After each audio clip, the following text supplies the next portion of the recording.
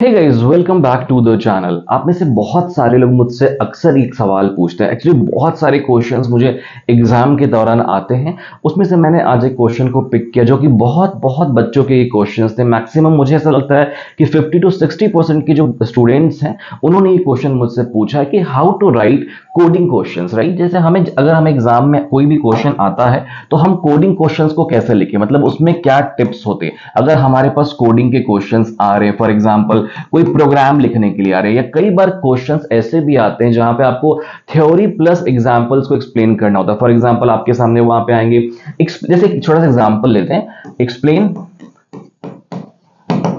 Parameterised constructor, या कोई भी क्वेश्चन आ सकता है यहाँ पे parameterized constructor with the help of example. Right, तो इस टाइप के क्वेश्चन को आपको कैसे सॉल्व करना, अगर इस टाइप के कोडिंग वाले क्वेश्चंस आते हैं, प्रोग्रामिंग के क्वेश्चंस आते हैं, तो वहां पे आपको कौन कौन सी बातों का ध्यान रखना इस वीडियो में मैं आपको बताऊंगा। और ऐसे में बहुत सारे वीडियोस आज से बनाने वाला हूं जो आपके प्रॉपर क्वेश्चंस के ऊपर होंगे। तो अगर आपके कोई भी क्वेश्चंस होते हैं तो आप मुझे डायरेक्टली मैसेज कर सकते हैं, या इस वीडियो के नीचे में कमेंट करो क्या क्या क्वेश्चंस आपके। अभी से मैं exam oriented questions short videos बनाऊंगा, जो भी आपके क्वेश्चंस होंगे सिंपली मैं उसको यहाँ पे आंसर करूंगा छोटे छोटे वीडियोस के फॉर्मेट में। राइट, तो सबसे पहले मैं आपको बता दूं कि अगर आपके पास कोडिंग क्वेश्चंस कोई भी आते हैं या प्रोग्रामिंग के कोई भी क्वेश्चंस होते हैं, सबसे पहले आपको किन बातों का ध्यान रखना है मैं आपको यहाँ पे टिप्स लिखता हूं।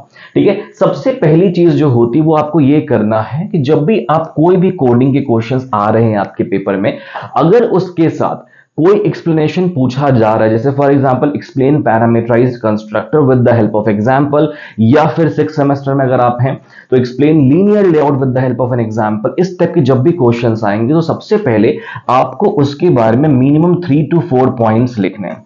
ठीक है, मिनिमम 3 to 4 पॉइंट्स लिखने हैं। दैट इज मतलब यहां पे आपको उसकी एब्स्ट्रैक्ट रिप्रेजेंटेशन करनी है, उसको इंट्रोडक्शन देना है, डिफाइन करना है सिंपली कि क्या है टॉपिक, एग्जैक्टली क्या है। पैरामीटराइज्ड कंस्ट्रक्टर के बारे में 2-3 पॉइंट्स लिखेंगे, लीनियर लेआउट के बारे में, या कोई भी क्वेश्चन आ रहा है वहां पे आपको ऐसे 2 या 3 पॉइंट से 4 पॉइंट मैक्सिमम लिखना है। इसके बाद आप यहां पे एक एग्जांपल देते हैं। एग्जांपल जब भी आप देते हैं तो आप हमेशा एग्जांपल आपका एक प्रोग्राम होता है, यहां पे कोई आप थ्योरेटिकल एग्जांपल या कॉन्सेप्चुअल एग्जांपल ना दें।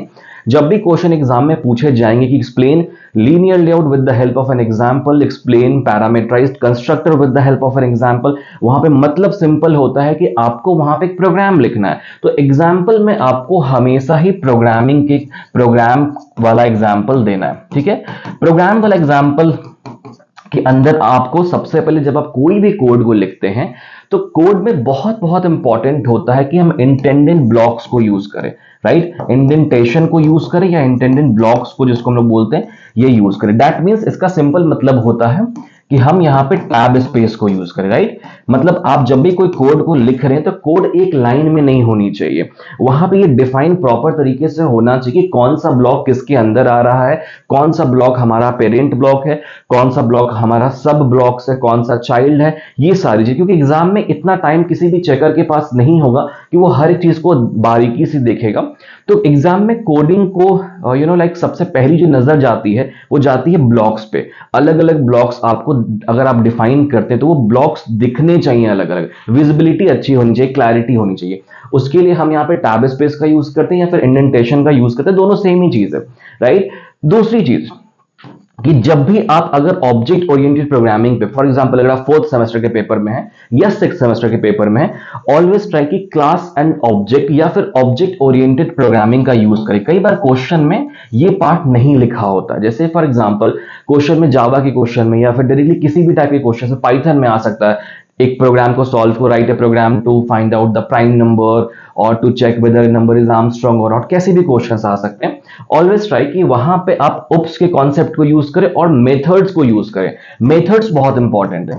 राइट, मेथड्स का मतलब हुआ कि जो भी आप कैलकुलेशन या जिस भी टाइप का आप ऑपरेशन परफॉर्म कर रहे हैं वहां पे आप ये ध्यान रखें कि हम वहां पे फंक्शंस को बना रहे हैं, मतलब उसको हम लोग बोलते हैं मॉड्यूलर प्रोग्रामिंग। तो आपको मॉड्यूलर प्रोग्रामिंग अप्रोच को हमेशा ही चूज करना है।